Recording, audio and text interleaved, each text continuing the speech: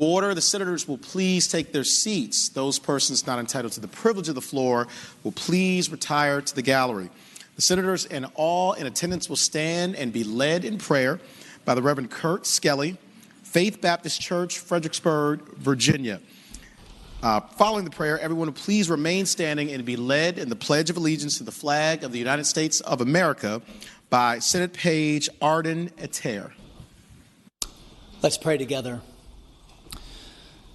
Our most gracious Heavenly Father, we thank you for our very lives and freedoms. Indeed, we acknowledge that every good and perfect gift comes from you. Please help us, moment by moment, to be cognizant of your presence in our lives and in the affairs of people. And may that awareness literally shape the way we think. Our Father, I ask specifically for your blessings upon the members of this assembly. Thank you for their collective sacrifice, for the good of the people of Virginia. Please protect each of them. Bless their families during these days when they are apart from them. We ask for a measure of your wisdom, believing your promise that if we admit our lack of wisdom and humbly seek your face, you will grant us your perspective. We long for you to teach us your perspective. Help us to see and to act accordingly and courageously. Give each one of us today a sober sense of our accountability before you in serving the people of our respective constituencies. Help us to lead with compassion, deliberation, humility, and commitment to truth.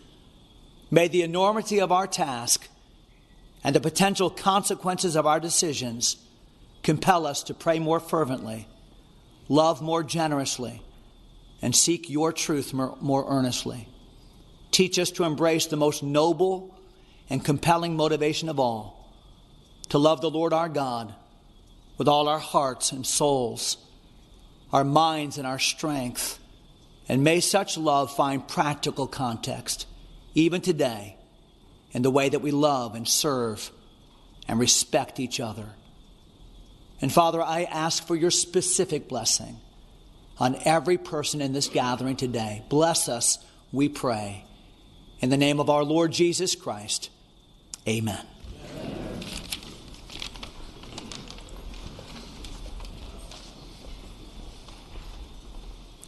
I pledge allegiance to the flag of the United States of America and to the republic for which it stands, one nation, under God, indivisible, with liberty and justice for all.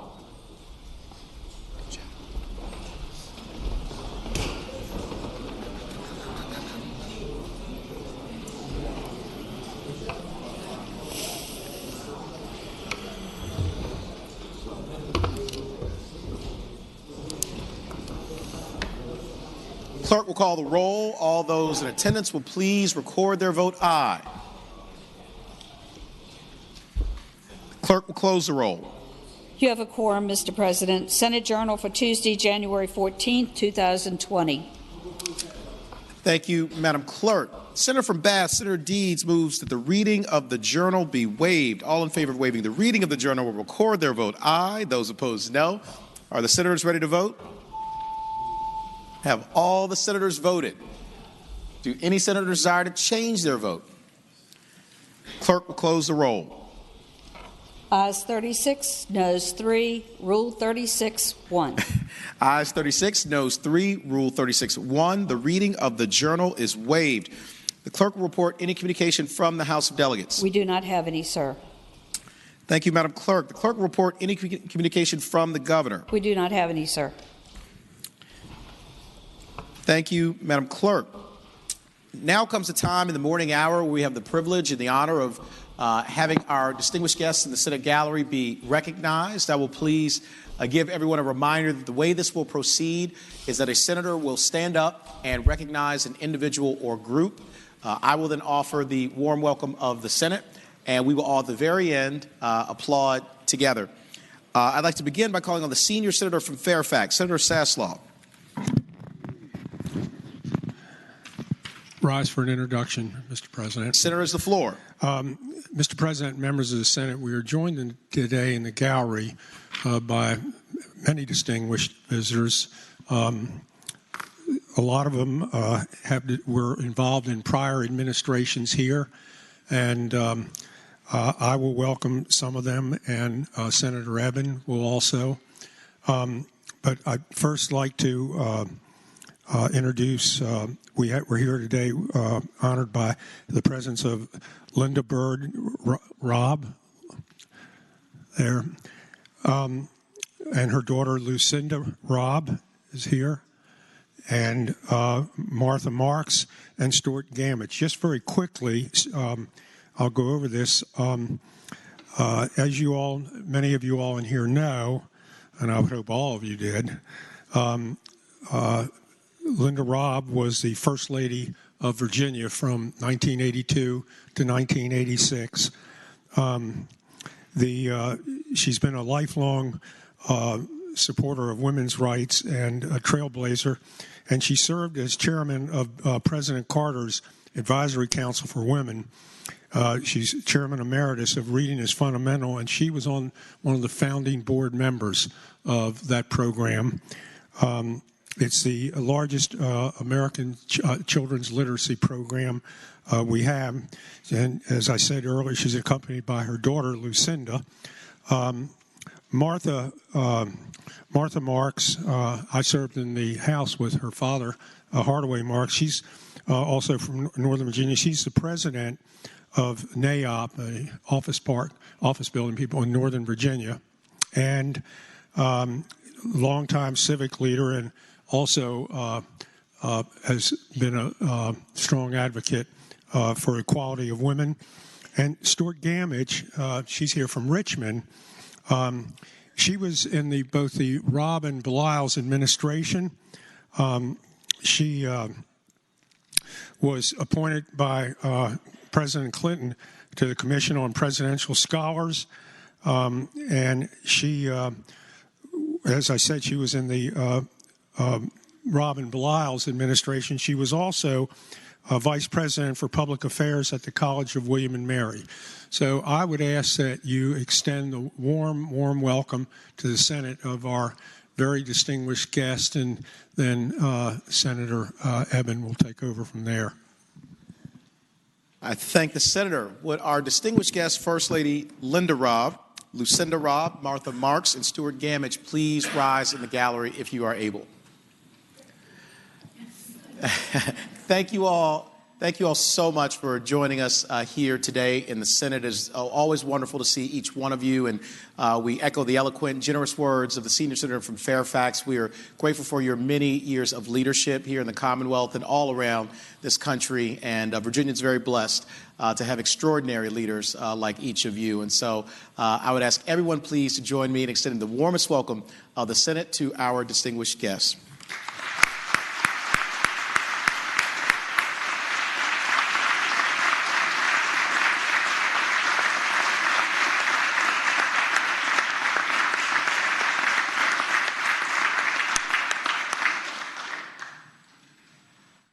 Senator from Alexandria, Senator Eben. Thank you, Mr. President. On this day, this historic day, we're joined by Megan Byer, the wife of Congressman Don Byer, and our former Lieutenant Governor, whose picture hangs almost behind me. Ms. Byer served as President Obama's executive director of the President's Committee on the Arts and Humanities from 2015 to 2017. And really notably, her work in recent years has been as an active advocate for women's empowerment in both the public and private sectors. And the way she's done that is by founding an organization that certifies gender equality in workplaces, which is used by the World Bank and more than 1,000 companies, including multinational corporations and Fortune 500 companies. So, Mr. President, if you could, I'd ask you to please extend the warm welcome of the Senate to Megan Byer. I thank the Senator. Would our dear friend Megan Byer please rise in the gallery if you're able? Megan, thank you so much for being here today. It's always wonderful to see you. I think for everyone here, it's such a pleasure and a joy. And we also thank you for your tremendous and extraordinary leadership echo the eloquent words of the Senator from Alexandria, Senator Eben, and thank your family for your tremendous leadership. Congressman Beyer, of course, former Lieutenant Governor Beyer, you all have for many years lifted up the Commonwealth of Virginia and all its 8.5 million residents along with it. So I thank you. We are honored to have you here today and every day. And I would ask everyone to please join me in extending the warmest welcome of the Senate to our distinguished guest, Megan Beyer.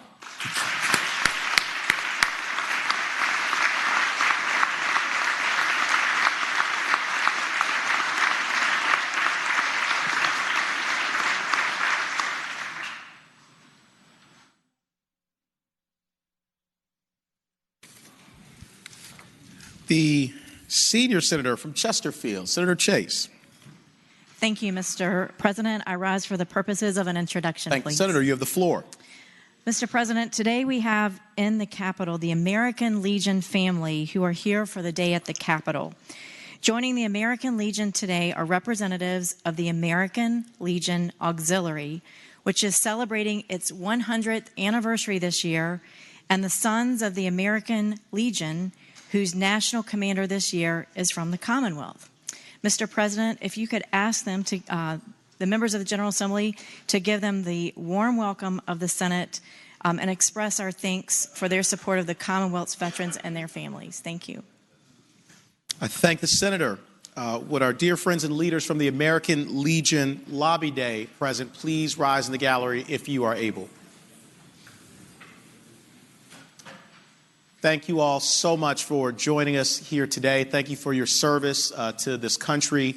We are grateful to each and every one of you and to your families for the sacrifices that you have made to let us be free and to do the work that we're doing here in the Capitol on today. I know you're celebrating 100 years today, according to the eloquent words of the senior senator from Chesterfield, and so we congratulate you on that. My grandfather, who himself was a veteran of World War II, would have turned 100 2 days ago, and so service runs very deeply in all of our families, and we are grateful to every single one of you. So I would ask everyone please to join me in extending the warmest welcome of the Senate to our dear leaders from the American Legion.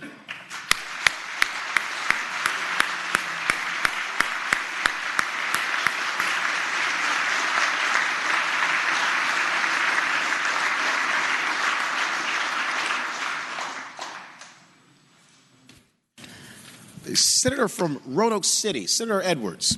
Mr. President, I'd call your attention to the fact that we have some family members of the senator from Augusta, my desk mate, Heidi Bunn, his daughter, and Bella, her daughter, so his daughter and granddaughter are with us today. And I'd ask you to give them the very warm welcome of the Senate to Senator Hanger's daughter and granddaughter. Thank you, Mr. President. I thank the Senator. Would Heidi and Bella please rise in the gallery if you are able?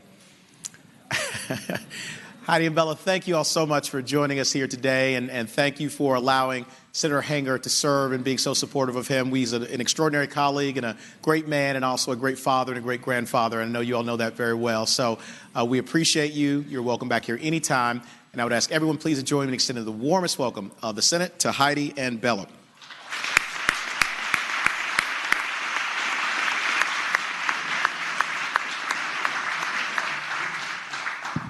The senior senator from Richmond City, Senator McClellan. Thank you, Mr. President. I rise for two introductions. Thank the Senator. You have the floor. First, we have a number of women that are here to watch our action on the floor today. They are just a few of the thousands of women over the years who have fought and supported ratification of the Equal Rights Amendment. All of those women are with us in spirit, but we have a few groups I want to highlight who are here with us either in the gallery or watching in one of the rooms. We have representatives from VA Ratify ERA, Alpha Kappa Alpha Sorority Incorporated, who are also celebrating their Founders Day today, Delta Sigma Theta Sorority Incorporated, who celebrated their Founders Day on Monday, the Liberal Women of Chesterfield County and beyond, the League of Women Voters, the ERA Coalition, the National Women's Party, the Links Incorporated, the National Organization of Women. I've probably forgotten a few, but I ask you give them a welcome on behalf of the thousands of women who have fought for this day over the years. I thank the senator. Would our friends and leaders from the ERA movement in the gallery please rise in the gallery if you are able? Thank you all so much for joining us here today in the Senate and in your Capitol. We are grateful to each one of you for your civic leadership, for your engagement, and to be here on such an historic and momentous day. We echo the eloquent and generous words of the senior senator from Richmond City, Senator McClellan. We appreciate every single one of you and all that you've done to help make our Commonwealth and our country more equal, more fair, and better for us all. So we thank you. You're welcome back here anytime, and I would ask everybody to please join me in extending the warmest welcome of the Senate to our distinguished guests.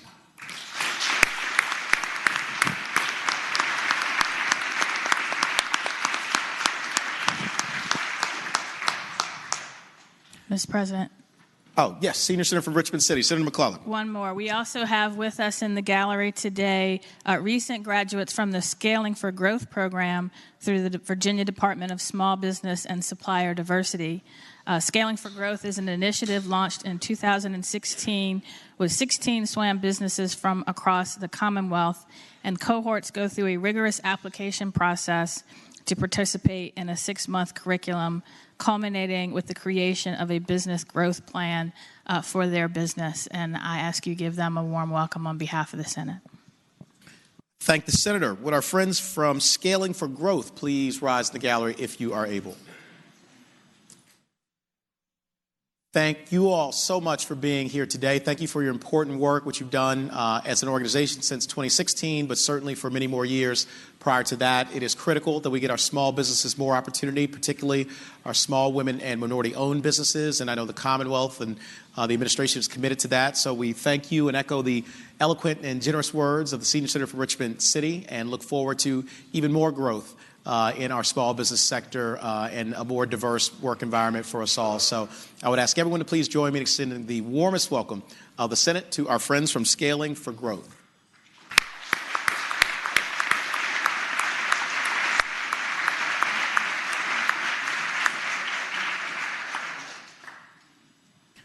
Senator from Spotsylvania, Senator Reeves. Thank you, Mr. President. Rise for an introduction. Thank you, Senator. You have the floor. Thank you, Mr. President. Today's invocation was given by one of my favorite pastors, the Reverend Kurt Skelly of Faith Baptist Church in Fredericksburg. And, Mr. President, how practical was his sermon this morning about practical content? And it takes me back, we were speaking briefly about, before he got up to pray, if I took notes when I came to hear his sermon. So I pulled out my phone and I said, his notes are relevant, his sermons are relevant because he gave a sermon one time out of Joshua 4, and it was about remembering how Joshua set up 12 stones from the 12 tribes in the Jordan, and it was a memorial to recognize God's grace for stopping the river and delivering the 12 tribes of Israel. And as we get to take up that issue this year and what memorials mean and what they don't mean, and for those who ask the question, what does that mean? So I think if we look back at his sermon and maybe some of his content, we can find the answers in God's Word. But he's accompanied by Josh Venable as well today. Mr. President, I would ask that you would give him the warm welcome of the Senate. Thank the Senator. Would the Reverend Kurt Skelly and Josh Venable please rise in the gallery if you're able? Reverend Skelly, thank you so much for that really beautiful, moving, and, as the Senator said, practical prayer. We appreciate your thoughtful words and your call for us all to lift each other up, and we're very grateful for all that you do and look forward to you coming back here again very soon. Josh, thank you so much for your leadership and for being here today with us in the Senate. We would echo the eloquent, generous words from Senator from Spotsylvania, Senator Reeves, and would ask everyone to please join me in extending the warmest welcome of the Senate to our two distinguished guests.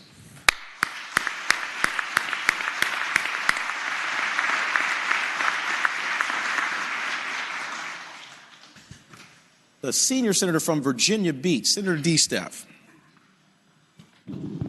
Morning, Mr. President. Morning, Rise for an introduction. You have the floor, Senator.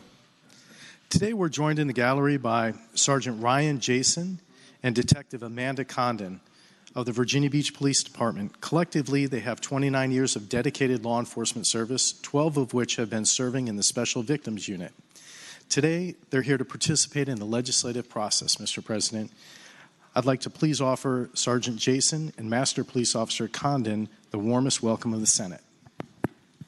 Thank the Senator. Would our friends Sergeant Ryan Jason and Amanda Condon please rise in the gallery if you are able? Sergeant Detective, thank you all so much for being here. Thank you for your service to Virginia Beach and to the Commonwealth of Virginia. We appreciate so much the work that you do to keep our families safe and to make our Commonwealth a better place to live, to work, and to raise a family. And we echo the generous and eloquent words of the Senior Senator from Virginia Beach, Senator D. Steph, and wish you nothing but success in your work. And you, of course, are welcome back here anytime. And I would ask everyone to please join me in extending the warmest welcome of the Senate to our two leaders from Virginia Beach.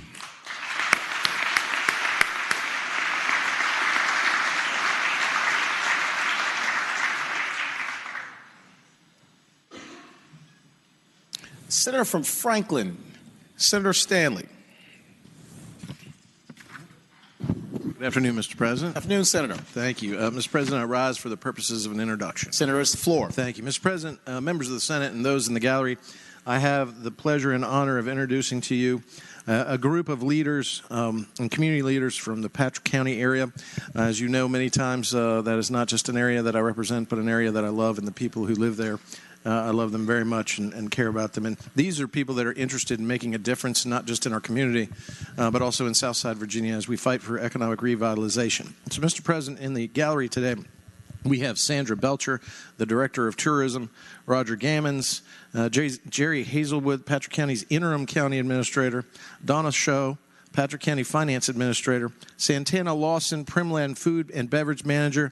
I recommend, if you haven't been there yet, Primland is a place that you all should visit and visit more than once if you don't mind. Bessie Weber, Patrick County Tourism Vice Chair, Julie Waters Steele, Reynolds Homestead, another great historical piece of property we have there, Sarah Ray from the Reynolds Homestead, Dustin Hill, Primland Housekeeping Manager, Bryce Simmons, our great Director of Economic Development, and Crystal Presley, Patrick County High School teacher. So, Mr. President, if you would do me the favor of extending them the warm welcome to the Senate, I would be most grateful. I thank the Senator. Would our friends and leaders from Patrick County with us in the gallery please rise if you are able?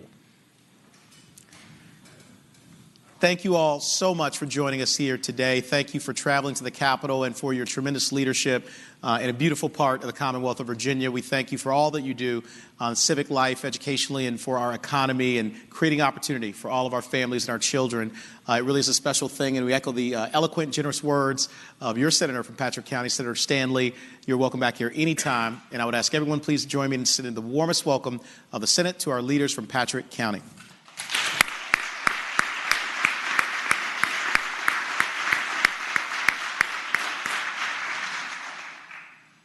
Senator from Hampton, Senator Locke.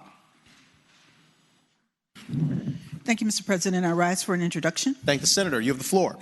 Mr. President, I'm honored to introduce members of Sigma Pi Phi fraternity from the Hampton Roads region. Sigma Pi Phi fraternity, also known as the Boule, is the oldest African-American Greek fraternity with nearly 5,000 active members who are affiliated with 134 member Boules in cities across the nation and in Nassau, Bahamas, London, the United Kingdom. Beta Lambda is the Hampton Roads member Boule. Today, approximately 35 students in the Boule Scholars Program from Hampton Roads area high schools with their mentors and chaperones have traveled here to meet with legislators and experience firsthand the inner workings of our representative democracy. If you would please extend to them the warm welcome of the Senate. I thank the Senator. Would our leaders from Sigma Pi Phi fraternity and your guests please rise in the gallery if you're able? Thank you all so much for joining us here today. Thank you for all of your tremendous leadership in Hampton Roads, but also throughout Virginia and the nation. I myself am a proud member of Sigma Pi Phi, the Boule, and I appreciate all that you do as the oldest African-American fraternity in the United States of America. Thank you for your mentees and all that you do to lift them up. And I got a chance to meet your great mentee here in the 10th grade who's going to do extraordinary things in his life. And Gary McCollum, thank you for all that you've done in the Commonwealth of Virginia and nationally to lift us all up. So we are grateful to you. We echo the eloquent words of the Senator from Hampton, Senator Locke. And I would ask everyone please to join me in extending the warmest welcome of the Senate to our leaders from Sigma Pi Phi Fraternity Incorporated.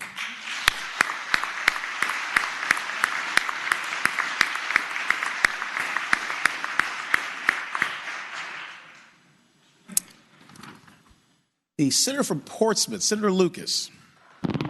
Thank you, Mr. President. Joining us today in the gallery, Mr. President, members of the Senate, are members of Links Incorporated. We have 2 chapters, both are from my district. I have the Portsmouth Alumni chapter, and I also have the Suffolk chapter. And they are guided by my best friend in Portsmouth, the Clerk of Circuit Court, Cynthia Morrison. I would appreciate it if you would extend to them the very warm welcome of the Senate. I thank the Senator. Would our leaders from the Links in Portsmouth and Suffolk in the gallery please rise if you are able? Thank you all so much for joining us here today in the Capitol in your signature beautiful green, and thank you for your leadership all throughout the Commonwealth of Virginia and really throughout the world. It's an international organization, and you do so much good all around the world. And to Cynthia Morrison, the Clerk of Court, Portsmouth, thank you for your years of leadership. We are so grateful to you. I know Senator Lucas in particular is happy to always see you here. So you're always welcome here. And we look forward to seeing you in the Capitol many more times to come. I would ask everyone to please join me in extending the warmest welcome of the Senate to our leaders from the Links organization.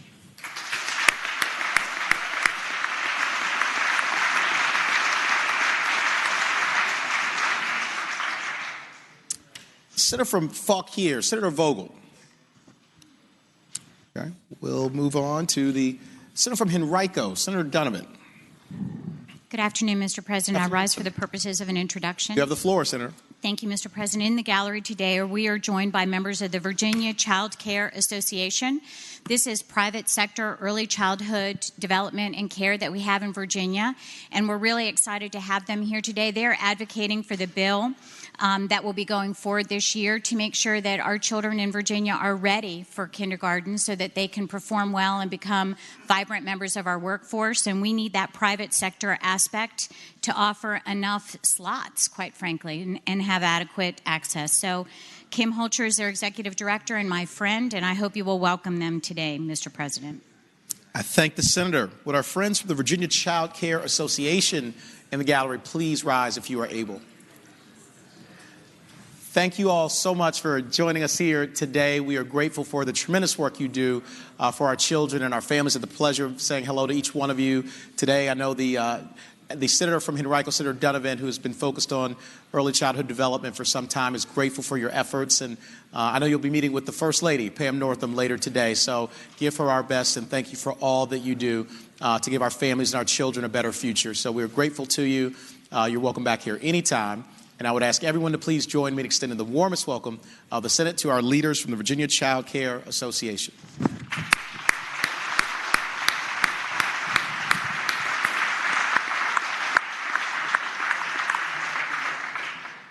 Senator from Rockingham, Senator Obenshain. Mr. President, I rise, I think, for an introduction, and I'm not sure that I want to make this while she's not here, but I understand that the gallery is very full, and would it be possible for you to ask whether Drenna Wetzel is in the gallery? Yeah, was the name Drenna? Drenna Wetzel. Is Drenna Wetzel in the gallery by chance? Okay, if not, Senator, would you like to come back and return to the morning hour? I would, Mr. President. Thank okay, you. Wonderful. We will do that without objection. Senator from Spotsylvania, Senator Reeves. Thank you, Mr. President. I do apologize. I do not have a green sheet, but I do know they're in the gallery. And I'm not trying to violate Madam Clerk's yellow page rule, as my seatmate is pointing out, but there's some very important people I think we need to recognize in the gallery today, and that is the JLC, Joint Leadership Council of Veterans, made up of, I think it's 27 at this point, veterans organizations around the Commonwealth who come together and help us with legislation. They're being escorted by Ms. Carrie Ann Alford, who I know most of you know because she worked for the great Senator Toddy Puller. And Mr. President, I would ask you we give our veterans from the JLC the warm welcome of the Senate. I thank the Senator. Would our leaders from the Joint Leadership Council please rise in the gallery if you are able?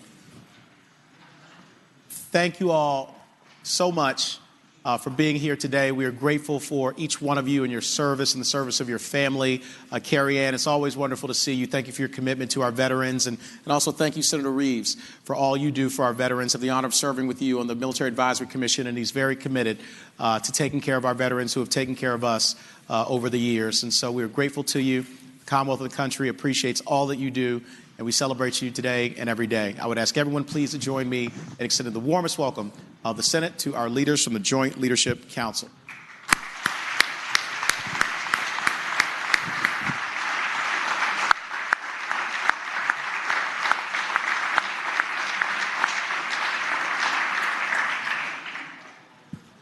Senator from Fauquier, Senator Vogel. Thank you, Mr. President. I rise for purposes of an introduction. Thank you, Senator. You have the floor. I apologize for not being on the floor earlier. I left to get a cookie, and my button was actually pushed by mistake because I didn't have an introduction. But actually, I now do have an introduction. I'm so delighted that I have a guest in the gallery from my district. Her name is Julia Tanner, and she is here with the League of Women Voters. I wanted to recognize her and thank her for the work that she does. I'm delighted to have her as a guest in the Capitol today, and I would ask that you please extend to her the very warm welcome of the Senate. I thank the Senator. Would our friend Julia Tanner please rise in the gallery if you are able? Is Julia here? I don't see her. Well, thank you, Julia, for being here today at the Capitol. We look forward to hopefully seeing you in the Senate later today and echo the generous, eloquent words of Senator from Fauquier, Senator Vogel. And hopefully you'll see this on television. I'd love to give Julia Tanner the warm welcome of the Senate.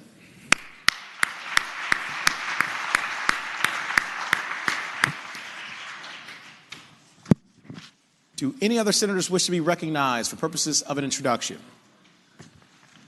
Is there any other business to come in the morning hour? Seeing none, I would call on Madam Clerk. Senate calendar for Wednesday, January 15, 2020. Uncontested calendar. Senate bills on third reading. Senior Senator from Fairfax, Senator Saslaw. Mr. President, at this time, since there's so many people here on one item and I've consulted with the clerk, I'm going to move that we temporarily, just temporarily, pass by all Senate bills on pages 1 through 8, and that's Senate Bill 186 through Senate Bill 216, and we call up as the first order of business today Senate Joint Resolution 1. Regular calendar, Senate Joint Resolution on third reading. Senate Joint Resolution 1, ratifying the Equal Rights Amendment to the Constitution of the United States. Thank you, Madam Clerk. I will call on the Senior Senator from Richmond City, and because we are doing this a little bit differently in the calendar, I just want to remind everyone we're going to take up this measure, but also we want to withhold any applause or any reaction to legislation. It's a very important message from the clerk for Senate decorum. But with that, I'd like to call on the Senior Senator from Richmond City, Senator McClellan. Thank you, Mr. President. I move that Senate Joint Resolution 1 pass. And speaking to the resolution, I first would like to yield to the Senator from Hampton. Thank you, Senator. Senator from Hampton, Senator Locke. Thank you, Mr. President. Speaking to the resolution. Senator has the floor. Mr. President, members of the Senate, the time has come for Virginia to become the 38th state to ratify the Equal Rights Amendment. There is no time limit on equal rights. I am baffled about the controversy surrounding the issue of equality. Equal means equal. Mr. President, just as a little bit of background, I first registered to vote in 1972. The first year, 18-year-olds could do so. Voting during that presidential election year was not only memorable for me, but also historic for all of America. In years prior to that, with the passage of the 26th Amendment being added to the Constitution, the United States would have denied me this powerful right. I was young, I was African American, and I was female. When I entered college in 1972, I learned about the Equal Rights Amendment, the ERA, which Congress had recently submitted to the states for ratification. I learned that women were often thought of and treated as second-class citizens. I learned that despite promises of equality, women really did not enjoy the same rights under the law as their male counterparts. This sounded vaguely familiar to me as an African American, and I realized that African American women had two strikes against them, being black and being female. I vowed to right this wrong. And here we are, almost 50 years later, still trying to right the wrong. During the decades since Congress submitted the ERA to the states, through legislation and court decisions, women have achieved a very precarious equality with men. Women and girls have greater access to education than they did when I entered college, and many women hold positions once reserved for men. Still, there are some women who say they don't need the ERA because they have never been discriminated against. And I say, good for you. While this may be true for them, we should never take rights for granted, and we should also not assume the experiences of others match your own. Additionally, many Americans do not see gender discrimination hidden in plain sight. Statistics show that women make only 80% of men for equal work, have higher loads of education debt, are incarcerated at rates increasing at a much faster pace than men's, are more likely to be sentenced for self-defense in comparison to men, and are more likely to sit in jail innocent until proven guilty because of the economic inability to post bail while awaiting trial. Sadly, women's equality under the law is not specified in our founding document. Some mistakenly believe the 14th Amendment, which prohibits the states from denying equal protection of the laws, bars gender discrimination. It does not. If it had, we would not have needed the 19th Amendment to enfranchise women. If it had, courts would evaluate gender-based discrimination using the same high standard used for racial or religious discrimination. If it had, the Supreme Court would not have struck down part of the Violence Against Women Act on the ground that Congress had exceeded its constitutional authority when it enacted the law. This nation was almost a century old before the Constitution gave African American men the right to vote. Another 50-plus years passed before America gave women the right to vote. 52 more years before adults under 21 could vote, even though they could be conscripted. As a nation, we continue to improve our Constitution to match our ideals. One of the women that I greatly admired was the late great Congresswoman from Texas, Barbara Jordan, who once said, "We the people." It is a very elegant beginning. But when that document was completed on the 17th of September in 1787, I was not included in We the People. I felt somehow that for many years, the George Washington and Alexander Hamilton just left me out by mistake. But through the process of amendment, interpretation, and court decision, we can finally be included in We the People.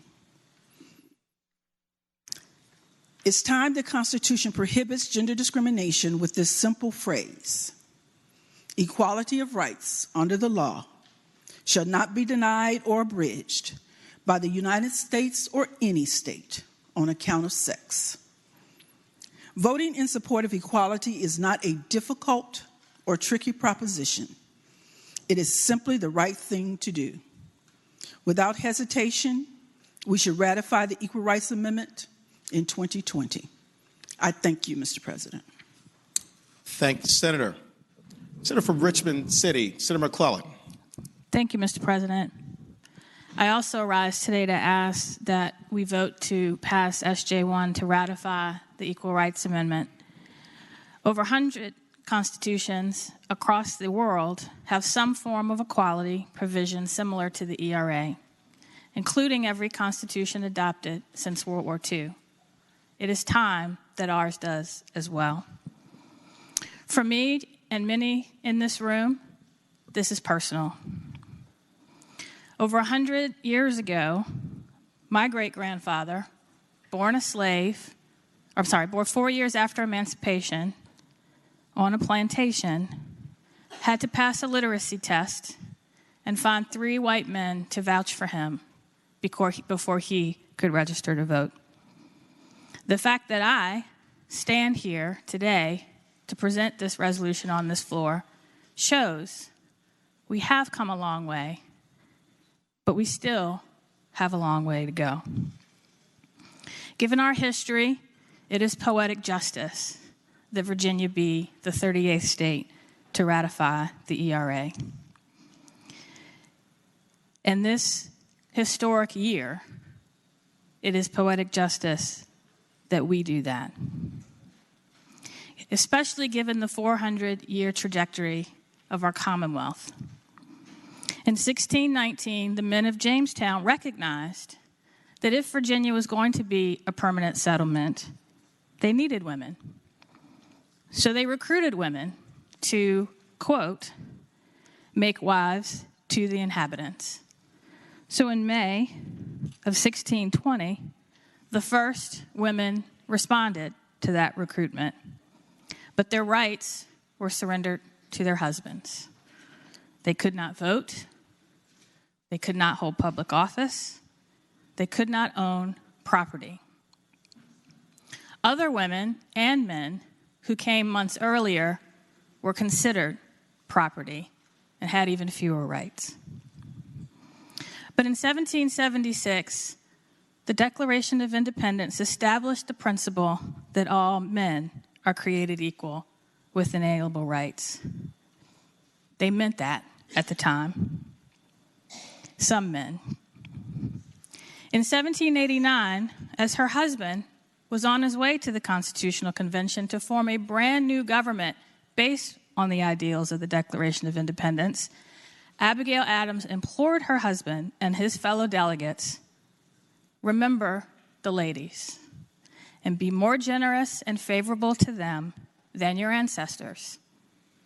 They didn't. The Constitution was developed for we, the people, in order to form a more perfect union. It purported to create a government by, of, and for the people. But at that time, it didn't include all the people. And the past 230 years have been a struggle to make that true for all of us. Liberty and justice for all. And in the past 230 years, we have made major progress to secure the blessings of liberty for every American. But we've made that progress thanks to the struggle and sacrifices of abolitionists, the civil rights movement, the suffrage movement, the women's movement. It's been slow. With ratification of the 15th Amendment 150 years ago this year, African American men were given the right to vote. It took another 50 years for women to gain the right to vote 100 years ago. But not until the Voting Rights Act of 1965 were barriers to voting for black men and women struck down based on the foundation laid years before. We've seen progress in this very body, slowly. Also 150 years ago this year, the first African American men were sworn in to serve in the General Assembly. But it took another 54 years before Sarah Lee Fain and Helen Timmons Adams became the first women elected to the General Assembly. It wasn't until the year I was born that Eva Mae Fleming Scott became the first woman to serve in this body. And it was another 13 years in 1985 before Yvonne Miller became the first African American woman to serve in the General Assembly. And this year we've already made history with the most diverse General Assembly ever seated, with the most diverse leadership, with the most diverse committee chairs. And yet, in so many areas, we still have a long way to go. Whether it's the boardrooms, whether it's the highest offices in states or in the country, too often women are not there because they've had to overcome years of discriminatory laws. The Equal Rights Amendment will take a major step in the long march towards equality. It's a march my great-grandfather and my great-grandmother knew well. I'm honored to follow in their footsteps, but I don't want to leave this fight unfinished for my daughter, or her daughter, or hers. And I want to be able to tell both Samantha and Jack when I come home that the U.S. Constitution guarantees both of their rights under the law. That's really what this is about. It's our time. We've waited long enough. And I ask that we pass the resolution. Thank the senator. For what purpose does the senior senator from Chesterfield, Senator Chase, rise? Thank you, Mr. President. I rise to speak against this bill. The senator has the floor. Mr. President, I rise to speak in favor of equal rights. Yet in opposition to the so-called Equal Rights Amendment, bringing the concerns from thousands of Virginia women to the Senate floor today.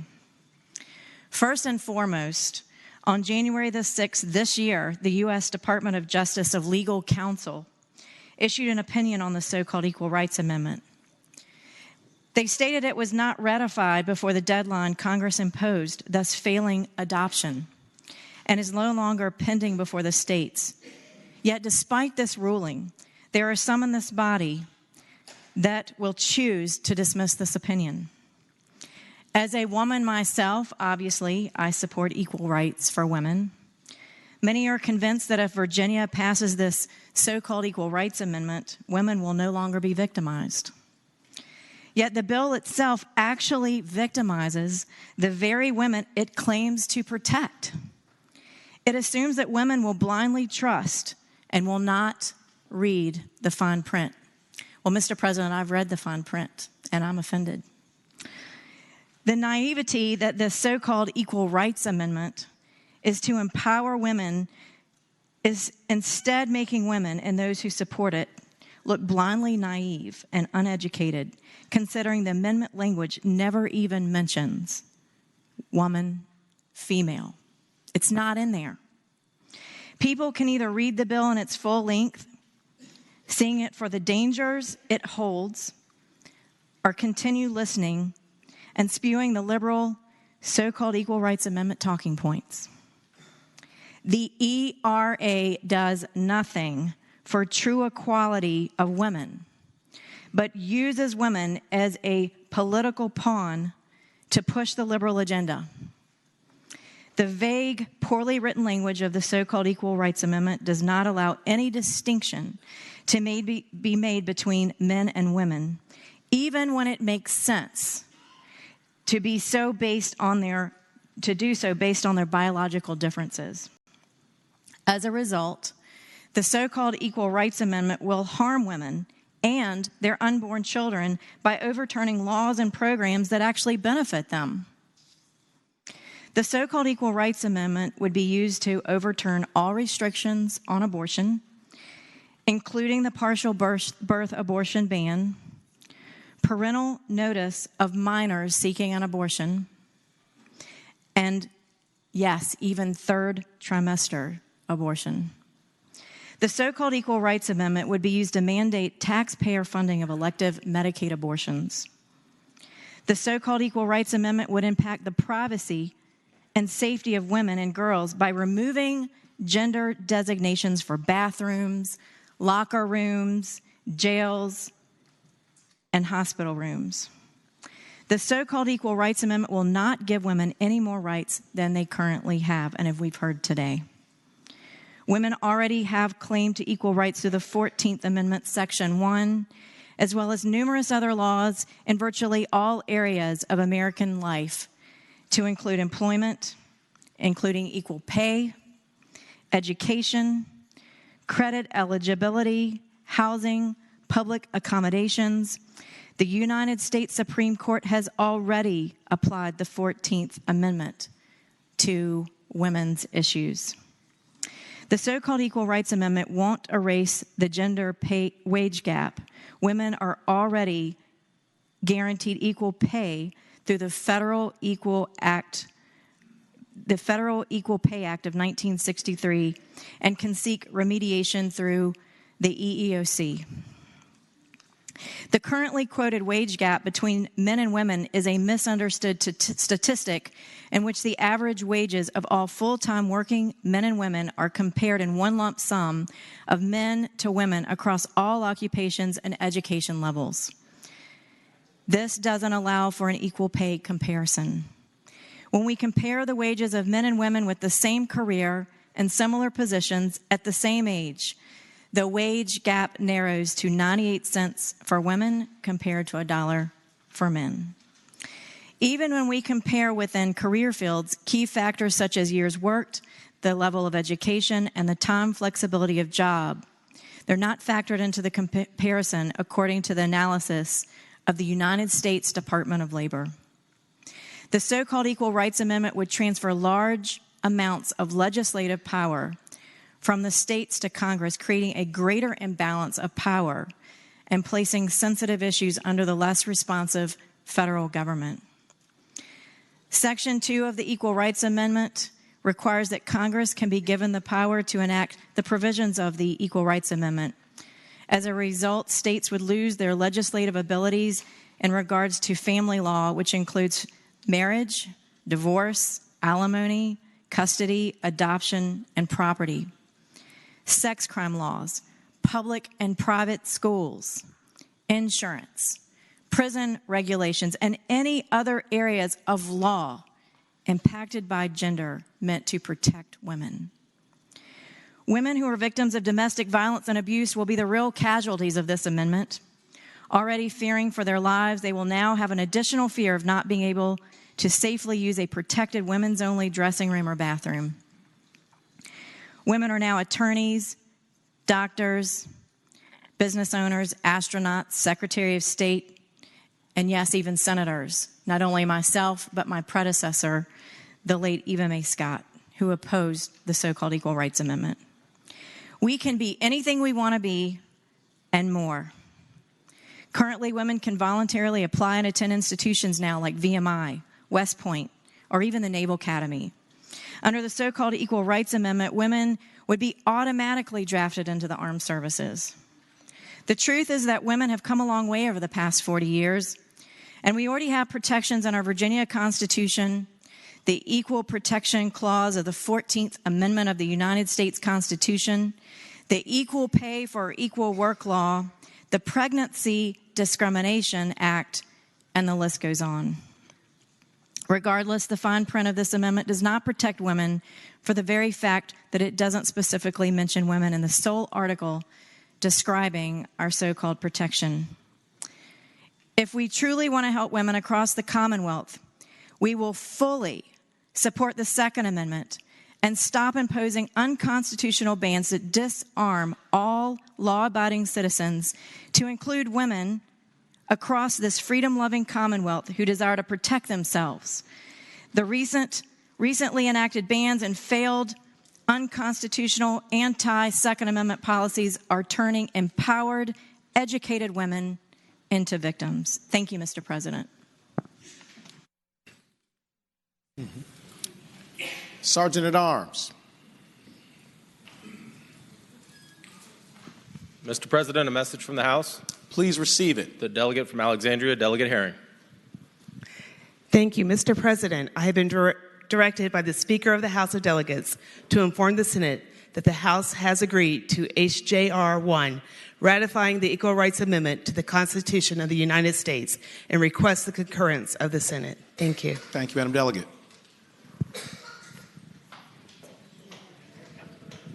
For what purpose does the senator from Loudoun, Senator Bell, rise?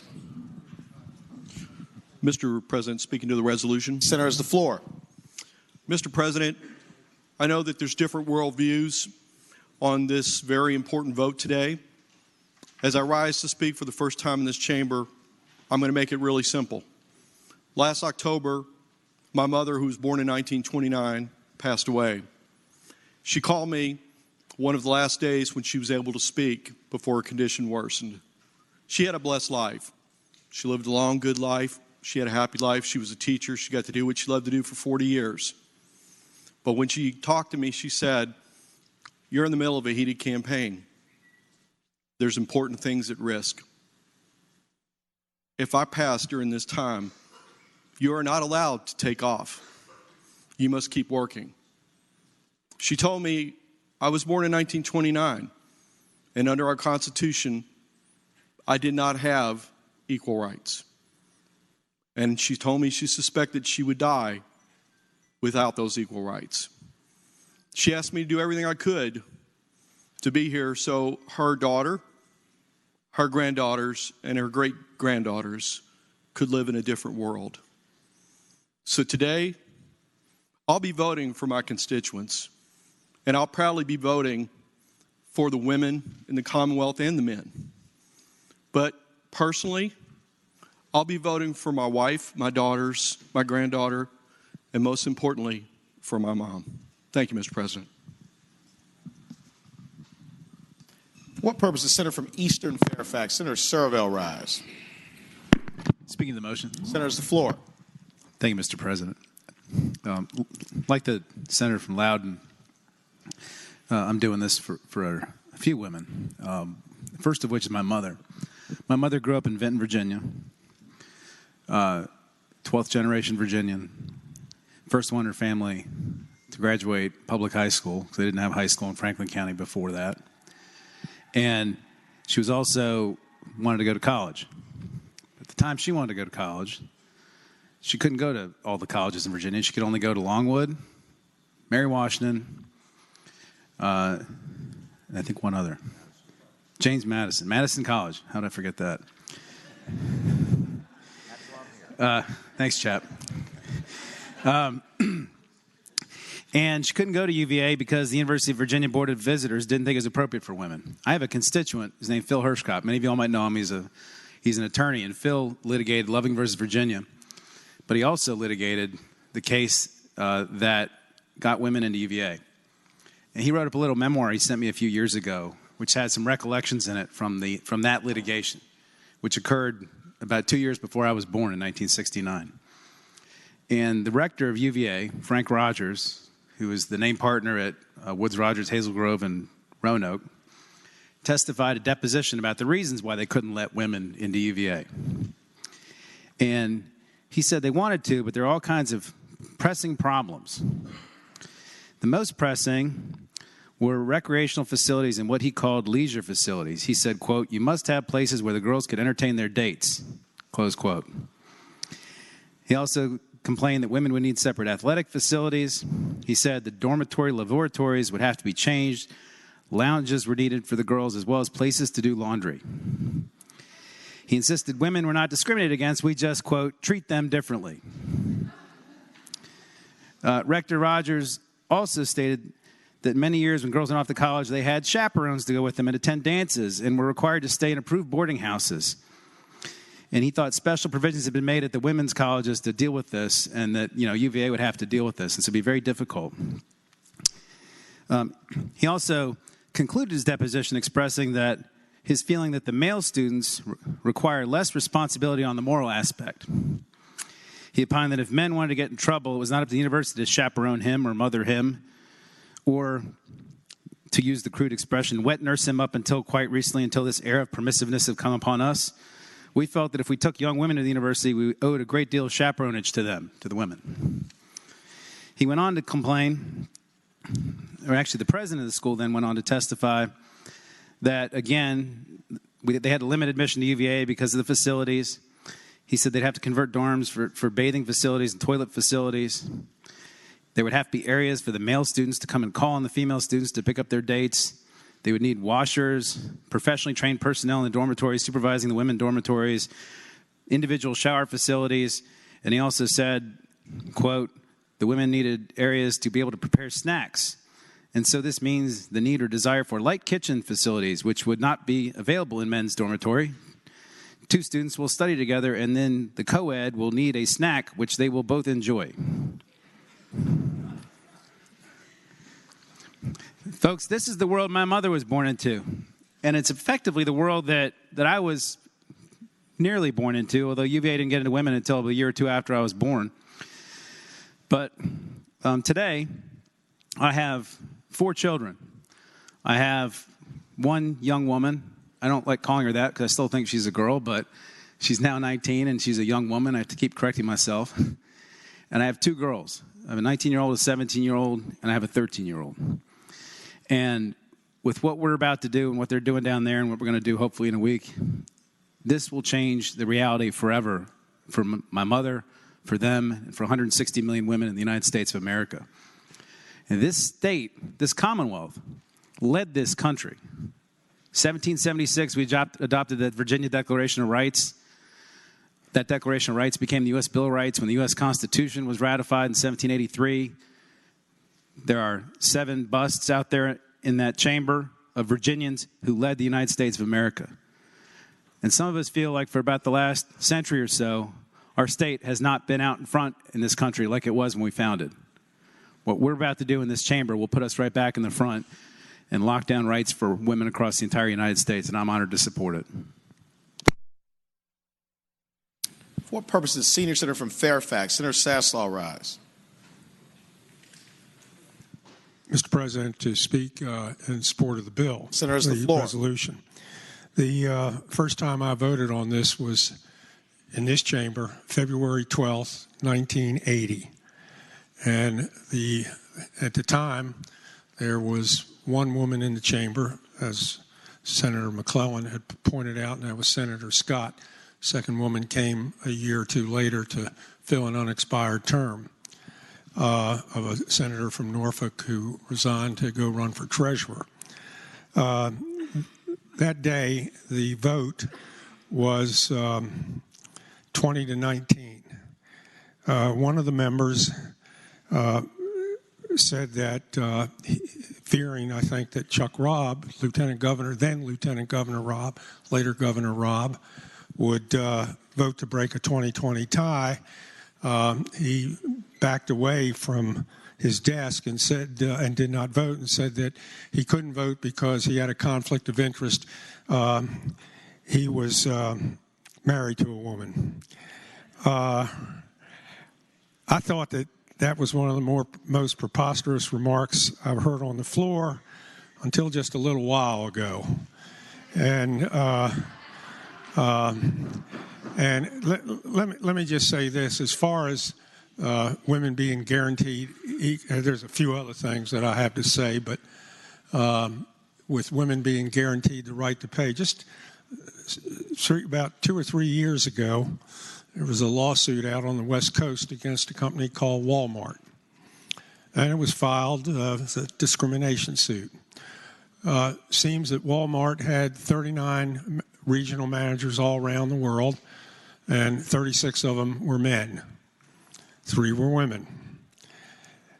The men were paid on average 20-some% more than the women. It doesn't sound to me like they had equal pay for equal work. Not even close. And, it's the Constitution, took effect in 1787. And no, I wasn't there, okay? 5 years later, maybe. But I think after approximately 243 years, it's pretty much time to write women into the Constitution of this country. And answer to the senior senator from Chesterfield County, one constitutional amendment, or particularly this one, is not going to override the right to privacy. And that just doesn't happen. And like I said before, after 242 years, it's time. And women have made a lot of advances, no question about it, without this, but it would have been vastly accelerated had we adopted this on February 12th, 1980, instead of January 15, 2020. So it's about time to do the right thing, Mr. President, and put this into the U.S. Constitution. One other thing. Previous Attorney General's office, U.S. Attorney General's office, said that the 1982 time limit did not apply under the Constitution because they didn't have a right to do that. And I would remind everybody, although while it didn't have a date, the 27th constitutional amendment that dealt with pay for congressmen and senators was out there in the field for 200 years before it was ratified. Thank you, Mr. President. Let's do the right thing, get this train rolling. Purpose is the junior senator from Virginia Beach, Senator Kiggins, rise. Mr. President, I rise to speak in support of the bill. Senator, it's the floor. Mr. President, I would like just to say that I will be supportive of this bill because I believe it's the right thing to do and the right side of history to be on. I support equality for all races, all genders. Equality is the message that I think we should leave to our daughters. Despite the fact that it's past the ratification deadline and this vote may be purely symbolic, I still will support it. During my time as a naval officer, as a Navy pilot, as a wife, as a mother, as a nurse practitioner, and now as a state senator, I have never needed a constitutional amendment to be able to realize that anyone can achieve life's goals. But I'm always ready to support an effort to allow every American to achieve their full potential. I'd like to read a quote from then Governor Ronald Reagan, one of my favorites, who helped pass California's ratification in 1972 when he said, "In my opinion, the simple declaration that equality of rights under the law shall not be abridged by the United States or any state on account of sex is morally unassailable. Whether or not its adoption might lead to abuses, real or imagined, is beside the point. All the broad principles and guarantees of the original Constitution carried the same potential for abuse." So although I vote in support today, it does not change the fact that I am a defender of life at all stages and an advocate for recognition of physiological birth gender differences in sports and privacy matters. Additionally, I know that the key components to true equal rights are not just ERA passage and are not simply changing pronouns and rules and the addition of she where it says he. I know that preparation, hard work, and consistently proving oneself as a woman through commitment and dedication to excellency, only then will we truly have equal rights. Thank you. For what purpose is Senator from Henrico, Senator Donovan, rise? Thank you, Mr. President. I rise to speak in favor of the joint resolution. Senator has the floor. I wanted to take a minute because I want to remember Senator Sturdivant, who was here last year carrying this resolution, and his eloquent words in asserting his defense of this principle. And I want to restate it now because I love our Constitution. I think we're going to have many debates in this session regarding the Constitution, but this is an issue we all agree on. This is a principle that is embraced by our state and our country, that women and men are equal. And it is worthy of being elevated to a constitutional priority. Will it be challenged? Will it be debated? Will it be litigated? Yes, as they all are. All of our principles are freedom of speech, Second Amendment. That does not mean it is not worthy of being protected by our beautiful Constitution. Thank you, Mr. President. For what purpose is Senator from Arlington, Senator Favola, rise? Speaking to the motion, Mr. President. Senator has the floor. Thank you, Mr. President. I am very heartened by the enlightened comments by my colleagues on both sides of the aisle. I think it's incredibly important just to recognize that the language before us is and will be a constitutional amendment, I hope, but it does not necessarily confer any legal benefit on any of the issues that may have been raised by the senator from Chesterfield. This is a statement of values and principle. And what it says is there shall not be discrimination on the basis of sex. I don't think there's anybody in this body who really would disagree with that. You may worry a bit on how it will be implemented or how it might be litigated or what the potential impact might be, but we have a judicial system, and that's what the judicial system is for. It is our job as lawmakers, and we represent Virginians who have spoken very loudly. They want this value and this principle in our Constitution. We want this emboldened and engrossed for future generations. We need to do this. I ask that this ERA amendment be passed. Thank you. Do any other senators wish to be heard on Senate Joint Resolution 1? Senior Senator from Richmond City, Senator McClellan. Thank you, Mr. President. Just briefly to respond to a couple of the concerns that were raised by the senior senator from Chesterfield. The language of the ERA mirrors the language of the 19th Amendment. While the word woman does not appear in the ERA, it says that equality under the law will not be limited on the basis of sex. Just like the 19th Amendment said the right to vote shall not be limited on the basis of sex. I have good news for my male colleagues and friends. The ERA protects you too. I have good news in that the limited equality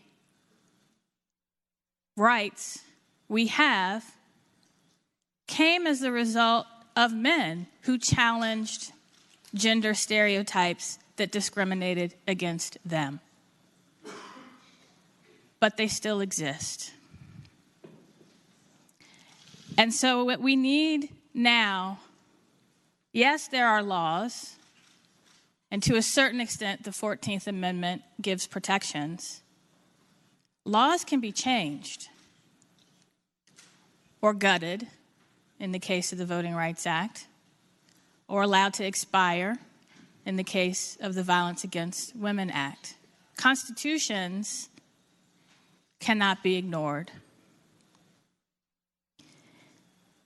And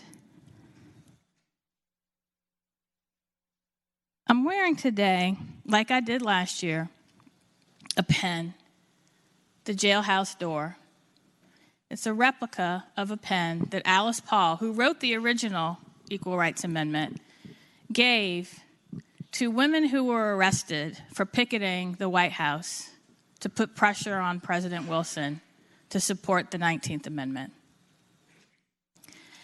And I wear this because many of the gains we have made in making all mean all were because people had to fight and get arrested and march, and in some cases get beaten, and in some cases killed, to expand equality and liberty to everyone.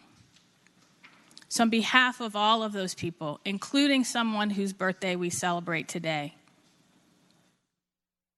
I renew my motion that Senate Joint Resolution 1 pass.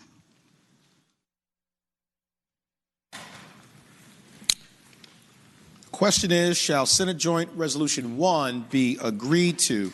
All in favor of the motion will say aye. Aye. Those opposed, no. No. The ayes have it. Senate Joint Resolution 1 is agreed to. Mr. President, to ask for a recorded vote. Yeah. 8 hands. Yes, seeing 8 hands, we will take a recorded vote.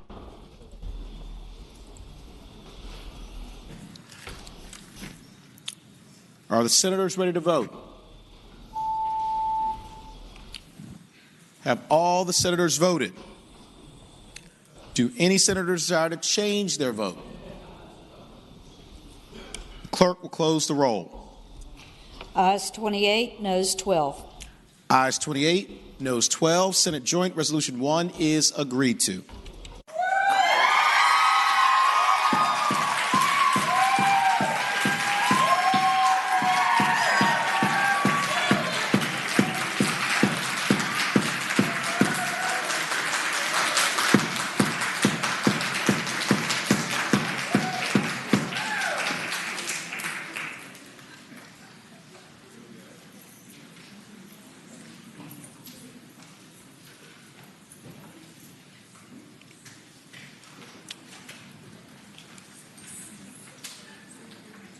Senior Senator from Fairfax, Senator Saslaw.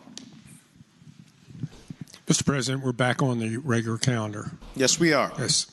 I would move now that Senate bills on third reading on the uncontested calendar on pages 1 and 2, that's Senate bills 186 through 355, be placed on their final passage in a block, and any senator desire to remove a bill from the block, please do so after the clerk has read the number of the bill.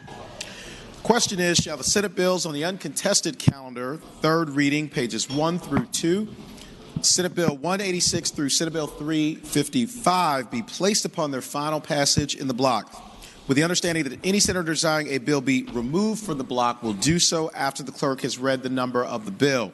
All in favor of the motion will say aye. Those opposed, no.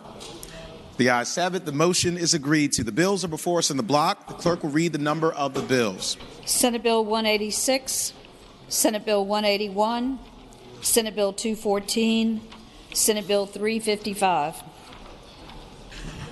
Question is, shall the bills in the block pass? All in favor of passage of the bills will record their vote aye. Those opposed, no. Are the senators ready to vote? Have all the senators voted? Do any senator desire to change their vote? Clerk will close the roll.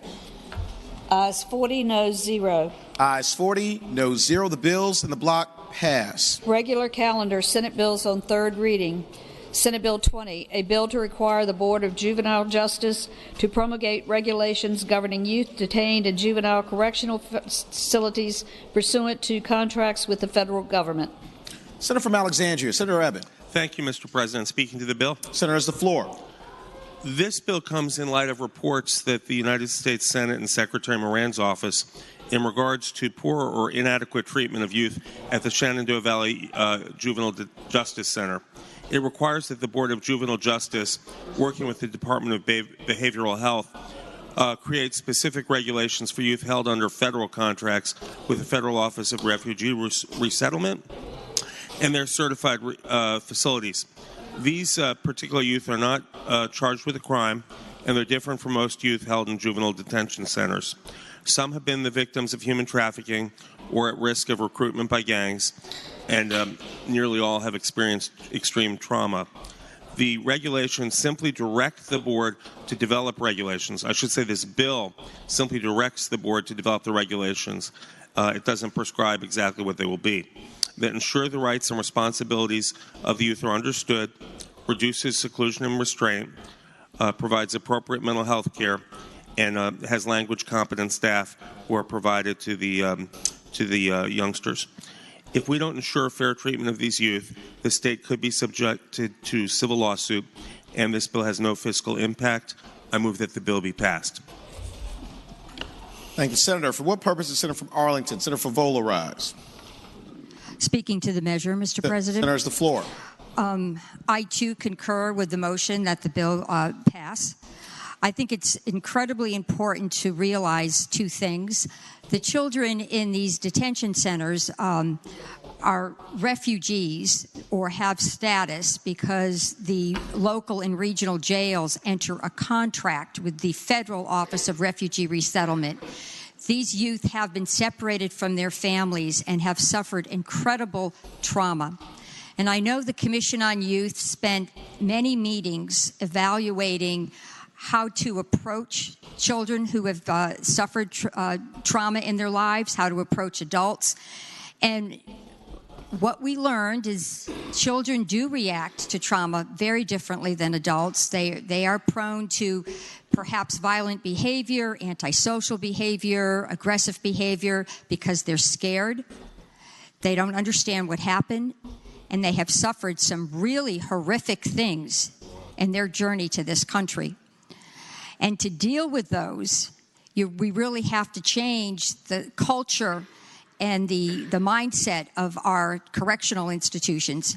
And we have to come up with approaches, if you will, that address the cause. So that means these children should have access to mental health services, to some culturally sensitive programs, to an environment that will help them heal, that will get to the cause of their trauma, try to help them work through it, because they will hopefully be reunited with their families. And we have a moral responsibility to really help these kids deal with with situations that we really would be horrified I keep using the word horrified, but it's an appropriate word. So there's not a mandate in this bill. It's a Section 1 bill. It talks to the agencies. We're talking to the agencies that have the most knowledge about this class of, if you will, adolescents, the agencies that are most informed on trauma-informed care, and I think it's a very good bill. Again, I ask that it pass. Do any other senators wish to be heard on Senate Bill 20? Seeing none, the question is, shall Senate Bill 20 pass? All in favor of the motion will record their vote aye. Those opposed, no. Are the senators ready to vote? Have all the senators voted? Do any senators desire to change their vote? Clerk, close the roll.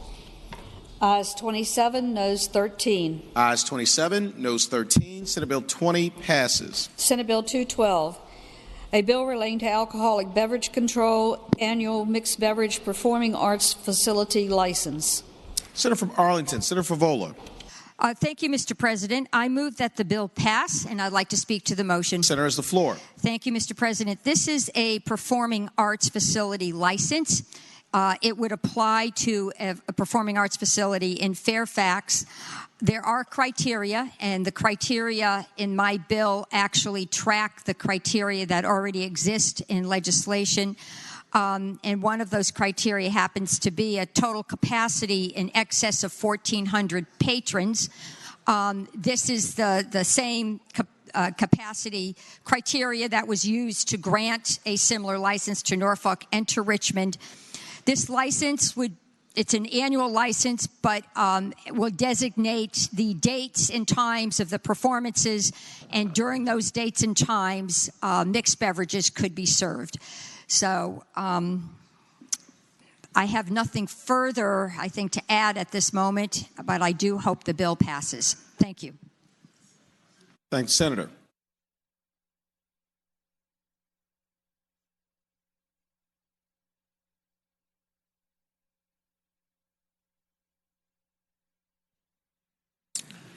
For purpose, Senator from Spotsylvania, Senator Reeves, rise. Thank you, Mr. President. I rise to speak to the bill. Senator has the floor. Ladies and gentlemen of the body, this is another bill that we have seen over the years that have come through the committee, and I thank the chairwoman for bringing the bill.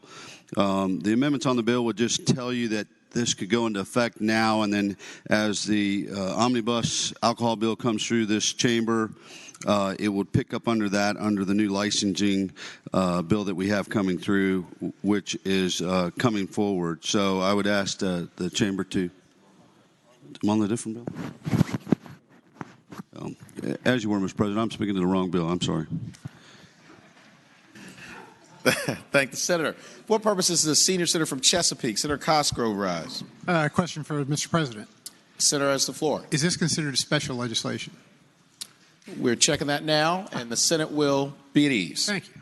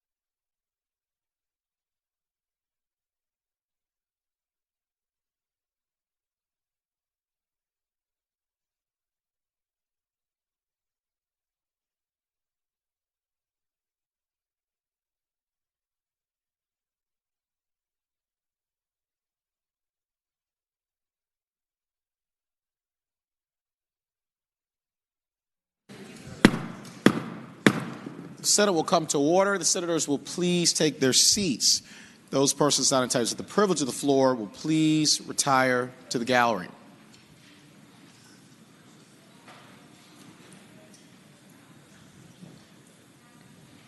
Is the senior senator from Virginia Beach able to come back on the floor? I'm sorry, from Chesapeake. The senior senator from Chesapeake. I was just going to say, as you were, Mr. President. Yes. Thank the senator. Senior senator from Chesapeake, Senator Cosgrove. Yes, Mr. President. I asked before if this was special legislation, and we were going to try to find an answer. Yeah, thanks, Senator. We've determined it is not special legislation. I thank the gentleman. I thank you. Thanks, Senator, for the question. For what purpose is Senator from Franklin County? Senator Stanley rise. Thank you, Mr. President. Will the gentlelady from Arlington yield for a question? Will Senator yield? Yes, I will yield. Senator Yields, you have the floor. Thank you, Mr. President. Mr. President, I would ask the gentlelady, as I read this bill, and I've read it before, that it applies specifically to Fairfax County and to no other parts of the state. Mr. President, I'd ask her, the gentlelady, why is it that the rest of the state cannot enjoy mixed beverages when they're watching something in a fine arts place? Senator has the floor. Thank you, Mr. President. I will respond that the bill was written based on the current structure of the statute, where there are specific carve-outs and there are not umbrella criteria.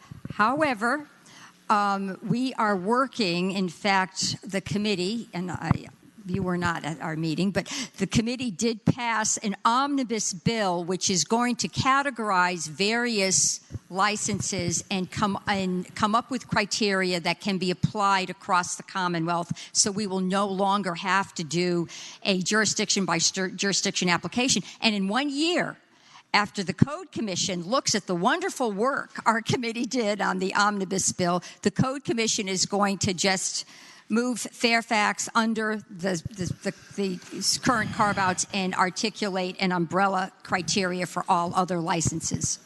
So there is no reason to delay this vote. Further questions? Mr. President, I thank the gentlelady for being so excited about drinking. Thank the senator. Oh, well, thank you. Do any other senators wish to be heard regarding Senate Bill 212? Seeing none, the question is, shall Senate Bill 212 pass? All in favor of the motion will record their vote aye. Those opposed, no. Are the senators ready to vote? Have all the senators voted? Do any senators desire to change their vote? Clerk will close the roll. Ayes 40, noes 0. Ayes 40, noes 0. Senate Bill 212 passes. Senate Bill 495, a bill relating to alcoholic beverage control jewelry store license. Senator from Roanoke City, Senator Edwards. Mr. President, I move the committee amendment, and by way of. So I believe the question is on passage. I'm sorry. Yeah, Mr. President, I move that the bill pass. By way of explanation. Senator's the floor. Mr. President, this bill just simply adds jewelry stores to the list of establishments that can provide a limited amount of beer or alcohol, and it has a sunset clause so that would expire when other legislation is passed regarding marketplace licenses. It would be done administratively. Thank you, Mr. President. Thank you, Senator. Do any other senators wish to be heard on Senate Bill 495? Seeing none, the question is, shall Senate Bill 495 pass? All in favor of the motion will record their vote aye. Those opposed, no. Are the senators ready to vote? Have all the senators voted? Do any senators desire to change their vote? Clerk will close the roll. Ayes 40, noes 0. Ayes 40, noes 0. Senate Bill 495 passes. Uncontested calendar Senate bills on second reading. Senior Senator from Fairfax, Senator Saslaw. Mr. President, I move that all Senate bills on second reading on the uncontested calendar on pages 4 and 5, that's Senate Bills 465 through Senate Bill 649, be advanced to their engrossment in third reading in a block after the adoption of any amendments thereto. Any senator desiring to remove a bill from the block will do so after the clerk has read the number of the bill. And Mr. President, just so you would know, at the conclusion of the uncontested calendar, it's my intention to ask for recess. Thank the Senator. Pending question is, shall all Senate bills on second reading on the uncontested calendar on pages 4 through 5, Senate Bill 465 through Senate Bill 649, be engrossed in advance to their third reading in the block after the adoption of the amendments thereto, and that any senator desiring a bill be removed from the block will do so after the clerk has read the number of the bill. All in favor of the motion will say aye. Those opposed, no. The ayes have it. The motion is agreed to. The clerk will read the number of the bills. Senate Bill 465, reported from the Committee on Local Government. Senate Bill 647, reported from the Committee on Local Government. Senate Bill 649, reported from the Committee on Local Government. Mr. President.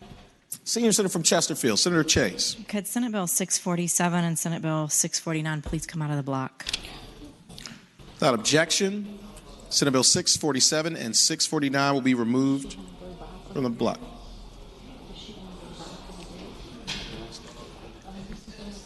We keep it interesting down here.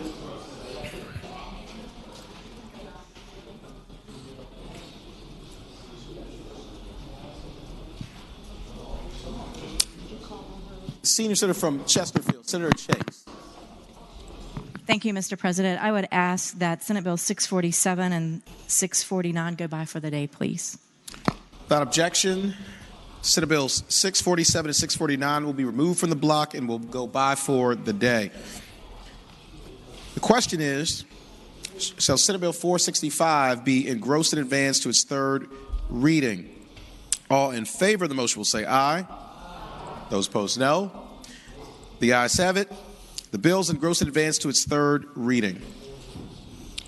Regular calendar, Senate bills on second reading. Senate Bill 35.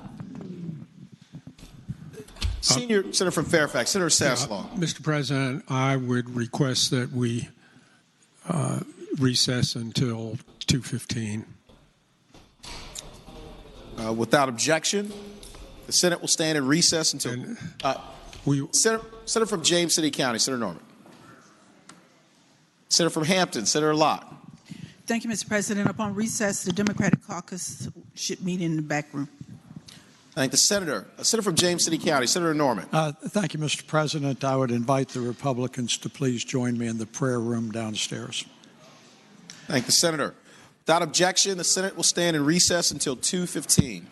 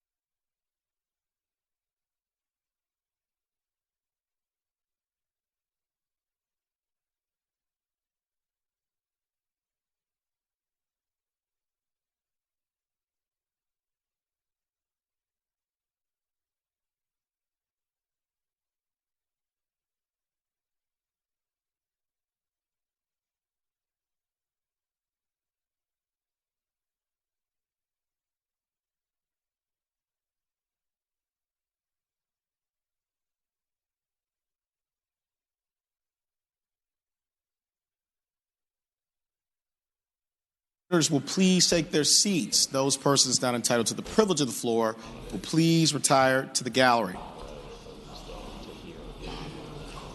Now return to the calendar. Regular calendar, Senate bills on second reading. Senate Bill 35, a bill related to control of firearms by localities, permitted events. Reported from the Committee on the Judiciary with a substitute. Senator from Eastern Fairfax, Senator Serville. Mr. President, I move the committee substitute. Thank the senator. For what purpose, Senator from James City County, Senator Norman, rise. No? Okay. Question is, shall the committee substitute be adopted? All in favor of the motion will say aye. Aye. Those opposed, no. The ayes have it. The committee substitute is adopted. Senator from Eastern Fairfax, Senator Serville. Mr. President, I move the bill be engrossed and passed on to third reading. Thank the senator. The question is, shall the bill be engrossed and advanced to its third reading? All in favor of the motion. For what purpose, the senator from James City County, Senator Norman, rise. Mr. President, I'm inquiring whether the gentleman would yield for a question. Will Senator yield for a question? I'll yield. Senator yields. You have the floor. Mr. President, recognizing what a legal technician the senior senator is in his professional life, I wanted to ask a question as it related to subsection E of the amendment in the nature of the substitute. And my question focuses on little I number 3, where it says, in any public street, road, alleyway, sidewalk, public right-of-way, or any other place, whatever nature that is open to the public and is being used by or is adjacent to a permitted event or an event that would otherwise require a permit. My question, Mr. President, is how are you going to define those roadways, the extent and definition of the roadways that may be leading to that event? Senator has the floor. Thank you, Mr. President. I would tell the gentleman that that would be up to the locality that's designing the permit. And I would assume the permit would have a map on it which would show which portions of the street are closed. And according to this bill under subsection F, they also have to post a notice on any public street, road, alleyway, sidewalk, public right-of-way, any other place of whatever nature that's being used for the permit, so that people are on notice that they can't bring their firearm to that place. And so I would think between the locality, figuring that out and posting the notice, that would give people enough notice to be safe.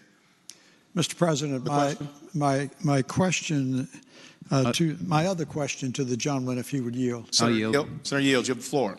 My question is, are we beginning to abdicate to localities the control over secondary highways that can be leading for access to these events, or even potential ramps coming off of the interstate that might lead directly to the event? Senator has the floor.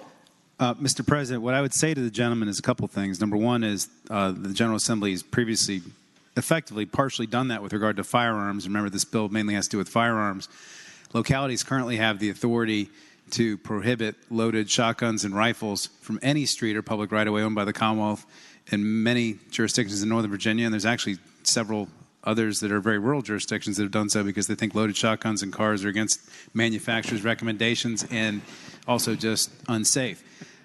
So that bridge has already been crossed. Hasn't been crossed yet on handguns, but with regard to this language, remember that this only yields our authority over firearms on the highway during the period of time that there's a permitted event occurring. And I don't know of any perennially 365-day-a-year events. Mr. President, I thank the gentleman for his creative and fictitious answer. No problem. Thank the senator. The question is, shall Senate Bill 35 be engrossed in advance to its third reading? All in favor of the motion will say aye. Aye. Those opposed, no. No. The ayes have it. Senate Bill 35 is engrossed in advance to its third reading. Senate Bill 69, relating to purchase of handguns, limitation on handgun purchases, penalty. Reported from the Committee on the Judiciary with a substitute. Senator from Hampton, Senator Lott. Mr. President, I move that the substitute be agreed to. Thank the senator. The question is, shall the committee substitute be agreed to? All in favor of the motion will say aye. Aye. Those opposed, no. The ayes have it. The committee substitute is agreed to. Senator from Hampton, Senator Lott. Mr. President, I move that the bill be engrossed and advanced to its third reading. Thank you, Senator. The question is, what purpose is Senator from James City County? Senator Norman rise. Mr. President, I'd rise to see if the young lady would yield for a question. Will Senator yield? Certainly. Senator yields. You have the floor. Mr. President, I would ask the lady if rifles and shotguns are still excluded from this bill. Senator has the floor. Yes. I thank the lady. Thank you, Senator. Question is, shall Senate Bill 69 be engrossed and advanced to its third reading? All in favor of the motion will say aye. Those opposed, no. The ayes have it. Senate Bill 69 is engrossed and advanced to its third reading. Senate Bill 70, a bill relating to firearm transfers, criminal history, record information check, penalty, reported from the Committee on the Judiciary with a substitute.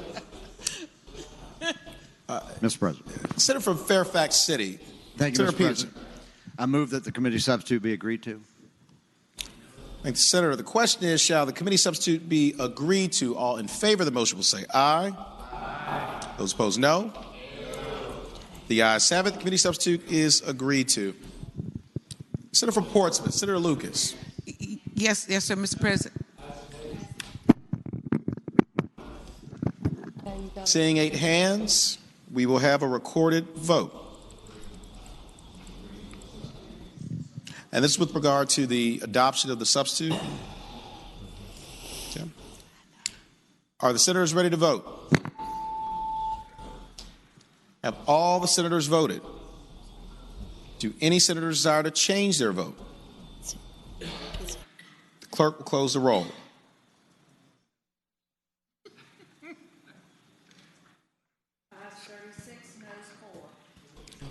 Ayes 36, noes 4. The committee substitute is adopted.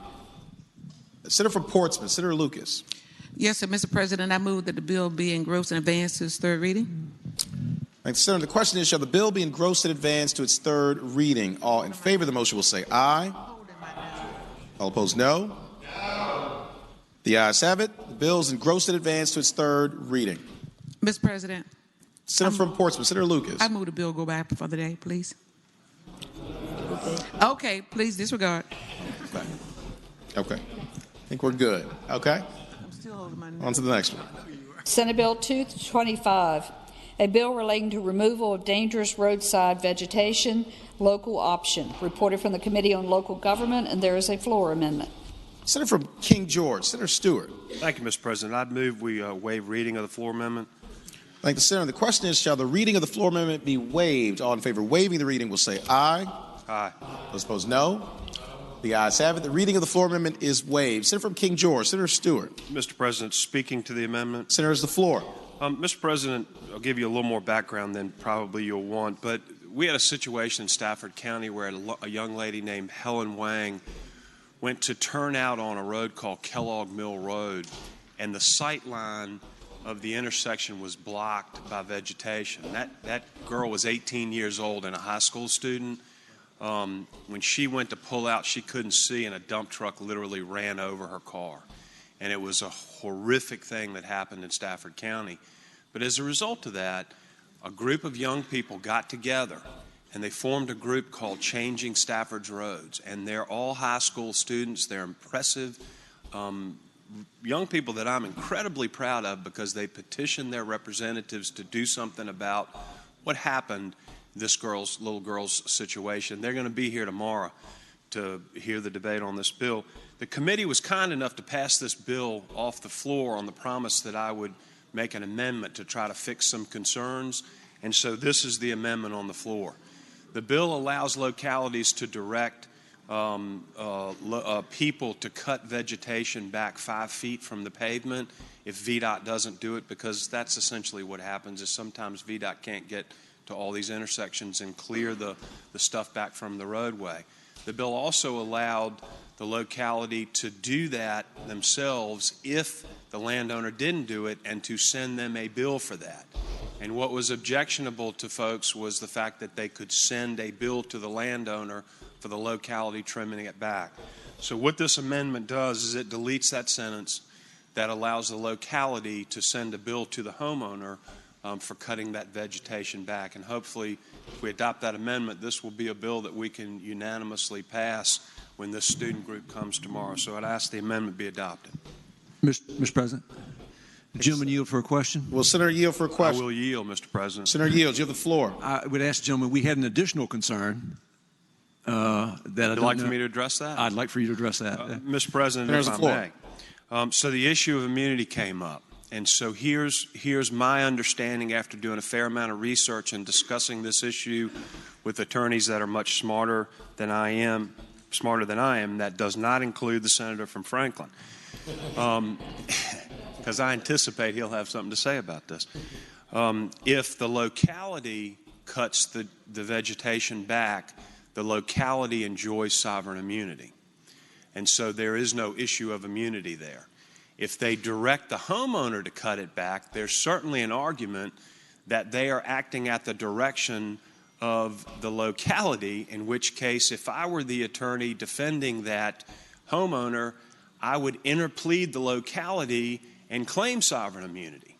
But the reality is today, if that homeowner went out there and cut the vegetation back, they would be in the same situation as, actually they'd be in a worse situation than if a locality directed them to do it. So I don't think we're changing any law on immunity is what we finally decided. Thank you to the senator from the Eastern Shore for that. Senator, for what purpose is Senator from Prince William County? Senator McPike rise. Thank you, Mr. President. Just to briefly support the amendment, I thank the gentleman from King George County for striking the lines and some of the concerns of transferring costs of these actions to property owners that came up in the committee. And the senator from King George is absolutely correct. The students that came to present were absolutely fantastic.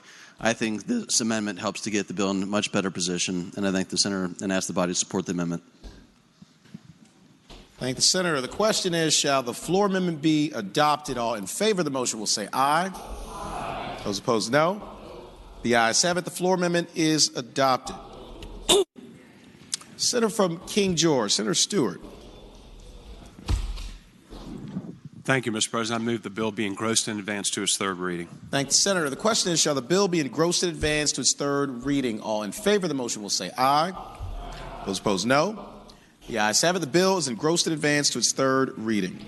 The Senate Bill 240, a bill relating to firearms removal from persons posing substantial risk penalties.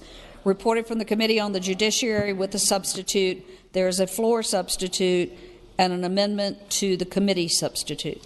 Senator from Southern Fairfax, Senator Barker. Mr. President, I move that this bill go by for the day. Without objection, Senate Bill 240 will go by for the day. Senate Bill 292, a bill relating to Board of Zoning Appeals, dual office holding. Reported from the Committee on Local Government. Senator from Bath, Senator Deeds. Mr. President, I move that this bill be engrossed and passed to its third reading. Thank the senator. The question is, shall the bill be engrossed in advance to its third reading? All in favor of the motion will say aye. Aye. Those opposed, no. The ayes have it. The bill is engrossed in advance to its third reading. Senate Bill 340, a bill relating to cutting of overgrown vegetation, local authority. Reported from the Committee on Local Government with an amendment, and the amendment is in your yellow folder. We did not get it before the calendar was printed. Senator from Hampton, Senator Lott. Thank you, Mr. President. I move that the amendment be agreed to. Thank the senator. The question is, shall the committee amendment be agreed to? All in favor of the motion will say aye. Those opposed, no. The ayes have it. The committee amendment is agreed to. Senator from Hampton, Senator Lott. Mr. President, I move that the bill be engrossed in advance to its third reading. Thank the senator. The question is, shall the bill be engrossed in advance to its third reading? All in favor of the motion will say aye. Aye. Those opposed, no. The ayes have it. The bill is engrossed in advance to its third reading. Uncontested calendar Senate bill on first reading, Senate Bill 233, a bill relating to biennial insurance licensing and registration. Regular calendar Senate bill on first reading, Senate Bill 216, a bill relating to health insurance catastrophic plans.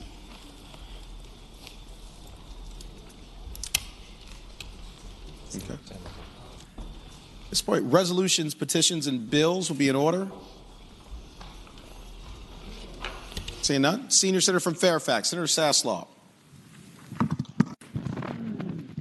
Mr. President, I inquire of the clerk, does that complete the calendar for today? Yes, sir. Thank God. I thank the senator. The senior senator from Richmond City, Senator McClellan. Thank you, Mr. President. I rise for a point of personal privilege. Senator has the floor.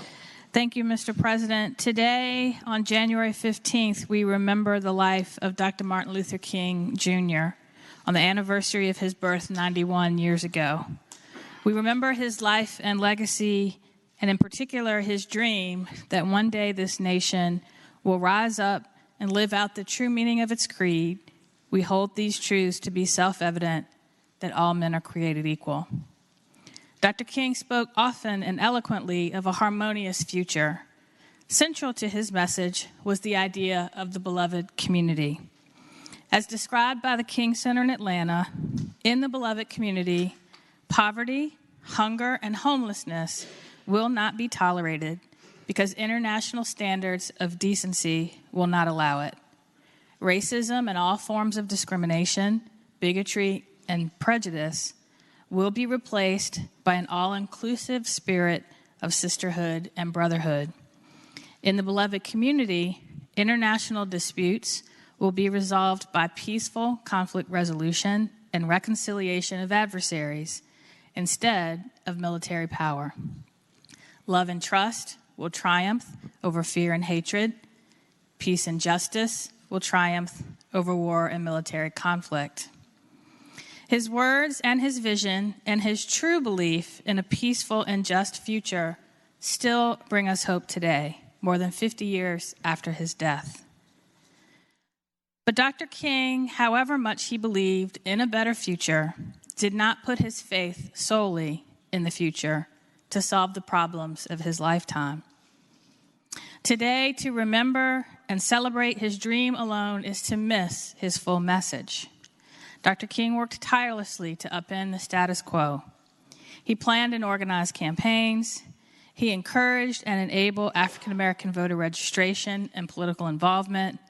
He paved the way for the enactment of the Civil Rights Act of 1964 and the Voting Rights Act of 1965.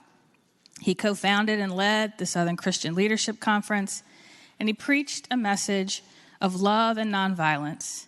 He spoke out against the war that was dividing the country, and he fought deeply entrenched segregation and economic inequity. His words and actions spoke of the necessity of doing this work out of the fierce urgency of now. For all his hopes for the future, he was intensely aware that such a future would not be given to us, but created by our actions in the present. As he described it, we are now faced with the fact, my friends, that tomorrow is today. We are confronted with the fierce urgency of now. In this unfolding conundrum of life and history, there is such a thing as being too late. Procrastination is still the thief of time. Life often leaves us standing bare, naked, and dejected with a lost opportunity. The tide in the affairs of men does not remain at flood, it ebbs. We may cry out desperately for time to pause in her passage, but time is adamant to every plea and rushes on. This past year afforded Virginians an opportunity to look back over 400 years of history to 1619, when the first enslaved Africans arrived at Point Comfort. Looking back at these 400 years, there is a clear arc of progress, from slavery to emancipation, to Reconstruction, to the eventual dismantling of legal Jim Crow and segregation of institutions. We find ourselves closer to the beloved community than we ever were before, but every step towards it has been made possible by the realization of the fierce urgency of now. It is an urgency felt by Virginians who have shaped our history, from Dred Scott, who sued for his freedom and that of his family, Mary Jane Richard Bowser, who spied for the Union in the household of Jefferson Davis, by Richmond Planet editor John Mitchell Jr. when he exposed and campaigned against racial terror, lynchings, and segregation, Rosa Dixon Bowser, who founded the first African American Teachers Association and fought for women's suffrage, and countless others who acted in their time to secure a better future for others. Each gain that we celebrate in our history has been made by those who have understood the fierce urgency of action in the present. Today, in a complex and highly polarized world, the beloved community hinges on what we do now. We have the option to work to bridge the gaps that divide our communities, to bring compassion into our discourse, to acknowledge our history, painful though it may be, and learn from it, to strive for reconciliation, and to be open to reconciliation when others offer it. Dr. King said the arc of the moral universe is long and bends towards justice, but he knew it didn't do it alone. He said these words not with a blind faith that it would happen, but with the example before him of thousands upon thousands of people who at that time and times before fought for civil rights. In remembering his life today, we draw hope from his dream for our future. But if we are truly to honor Dr. King, we need to do as he did and use the present to shape our world into the beloved community that he envisioned. And so, Mr. President, I move that when the Senate adjourns today, it does so in the honor and memory of Dr. Martin Luther King, Jr. Thank you, Senator. For what purpose does Senator from Augusta, Senator Hanger, rise? Thank you, Mr. President. I move for purposes of an announcement. Senator has the floor. Thank you, Mr. President, members of the Senate. I have the honor of serving as chair of the Center for Rural Virginia, and we also have a rural caucus. The senator from Mecklenburg, Senator Ruff, is the chair of the rural caucus, and we'll have our first caucus meeting this evening in the fifth floor, Senate Committee Room number 2. And we would invite all of you all to be present, whether you are predominantly rural or whether you're just interested in what we talk about in the Rural Caucus. Our guest speakers this evening will be members of the Governor's Cabinet, Secretary of Education, Senator Carney, and also the Chief Workforce Advisor, Megan Healy. So I hope it would be working your schedule at 5 o'clock this evening on the 5th floor. Thank you very much, Mr. President. Thanks, Senator. For what purpose does Senator from Northern Fairfax, Senator Howell, rise? Thank you, Mr. President. I rise for the purposes of an announcement. Senator has the floor. The Committee on Finance and Appropriations will meet tomorrow at 4:30 for the purpose of listening to senators who are not members of the committee describe what are their priorities for the budget, any budget amendments that you may have that you would like us to be particularly aware of. You don't have to show up. Staff does have the amendments, but if you want to speak to the committee about any of your amendments, that's your opportunity. Thanks, Senator. Do any other senators wish to be heard? Is there any other business to come before the Senate? Clerk will report any announcements on the desk. Today, Wednesday, January 15th, the Committee on General Laws and Technology will meet 1/2 hour after adjournment in Senate Room 3 in the Capitol. The Committee on the Judiciary will meet 1/2 hour after adjournment in Senate Room A, Pocahontas. The Finance and Appropriations Subcommittee on Transportation will meet at 4 p.m. in Subcommittee Room 1, Pocahontas. Senators Barker, Saslaw, Hanger, Newman, Deeds, Marsden, and McClellan. The Rural Caucus will meet at 5 p.m. in Subcommittee Room 2, Pocahontas. The Virginia Legislative Black Caucus will meet at 5 p.m. in Subcommittee Room 300B, Pocahontas. Tomorrow, Thursday, January 16th, the Hampton Roads Caucus will meet at 7:30 a.m., Conference Room 1 in Pocahontas. The Committee on Education and Health will meet at 8 a.m. Senate Room A, Pocahontas. The Agriculture, Conservation, and Natural Resources Subcommittee on Companion Animals will meet at 9 a.m. in Subcommittee 1, Pocahontas, Senators Marsden, Favola, and Pillion. The Democratic Caucus will meet at 11:30 a.m. in Senate Room 1 in the Capitol. The Republican Caucus will meet at 11:30 a.m. in Senate Room 2 in the Capitol. Thank you, Madam Clerk. Senator from Portsmouth, Senator Lucas. Thank you, Mr. President. I move that the Senate do now adjourn in memory of the Reverend Dr. Martin Luther King, Jr. until 12 noon tomorrow. Thank the Senator. The question is, shall the Senate stand adjourned until 12 noon tomorrow, and that when it adjourns, to do so in the memory of the Reverend Dr. Martin Luther King, Jr. All in favor of the motion will say aye. Those opposed, no. The ayes have it. The motion is agreed to. The Senate stands adjourned until 12 o'clock tomorrow in the memory of the Reverend Dr. Martin Luther King, Jr.